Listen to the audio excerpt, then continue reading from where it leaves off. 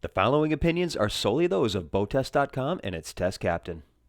Hi, Captain Steve for BoatTest.com, and today I'm on the Flyer Gran Turismo 34. I'm going to put it through a full test and performance evaluation.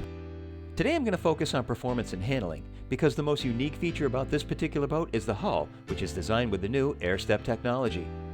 But first, let's look at some of the operational features, starting at the helm. The helm is mounted over to the starboard side and laid out in an orderly fashion with two vertical rows of engine gauges flanking either side of the Simrad moving map display. Lighted rocker switches are over to the port side, and Beneteau uses icons instead of labels to accommodate international use. To starboard are the Volvo Penta EVC displays. All of this is mounted to a gunmetal gray panel. A separate panel houses the outdrive trim gauges, the twin RPM gauges, and a steering angle indicator in the center, all mounted again to a gunmetal gray panel. The digital engine controls were mounted on the horizontal and located so that my hand fell quite naturally to them. The stern drive joystick was mounted ahead of the engine controls, which makes sense as you'll typically be using this while facing the stern and using your left hand. The double wide helm seat is mounted onto pedestals that are adjustable for height. The seat slides fore and aft and includes a full-length flip-up bolster. I really came to appreciate the huge sunroof on our hot test day and was equally pleased with the opening side windows. The forward windshield is a single piece and kept clean with pantograph wipers with integral washers. There's certainly enough glass surrounding the helm deck of the GT34 to give you a panoramic view, but I did find that the thick window mullions to the sides had me continually leaning fore and aft to see around them. If you plan to stand while operating, you'll need the sunroof open, and with my short stature, that had me looking right at the forward hardtop frame. The side decks are narrow but still easy to transit thanks to the high rails that start way back at the cockpit and a recessed handhold running along the hardtop.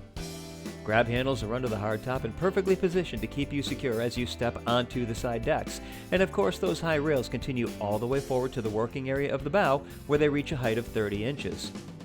Now let's get underway and see how she handles. I immediately came to appreciate the low-speed handling characteristics of the GT34 as we made our way out the narrow channel to the test area.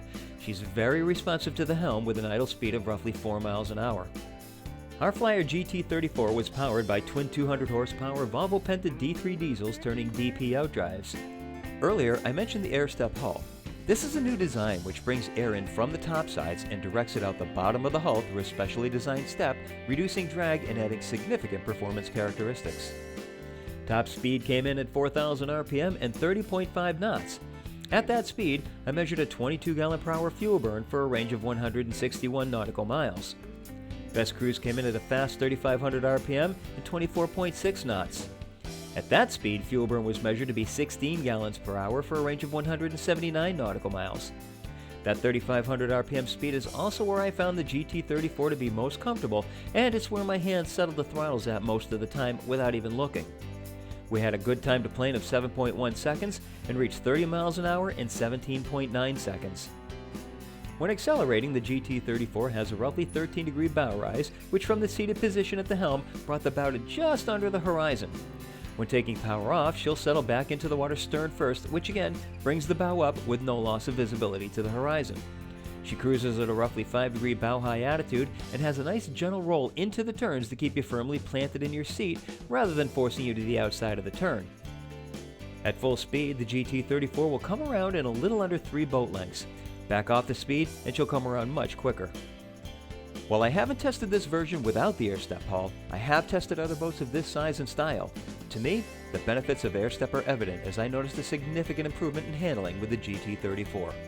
Well, in my opinion, the GT34 is a very smooth and comfortable boat to handle. And with that, that's our full test and performance evaluation of the Flyer Gran Turismo 34. For BoatTest.com, I'm Captain Steve. We'll see you on the water.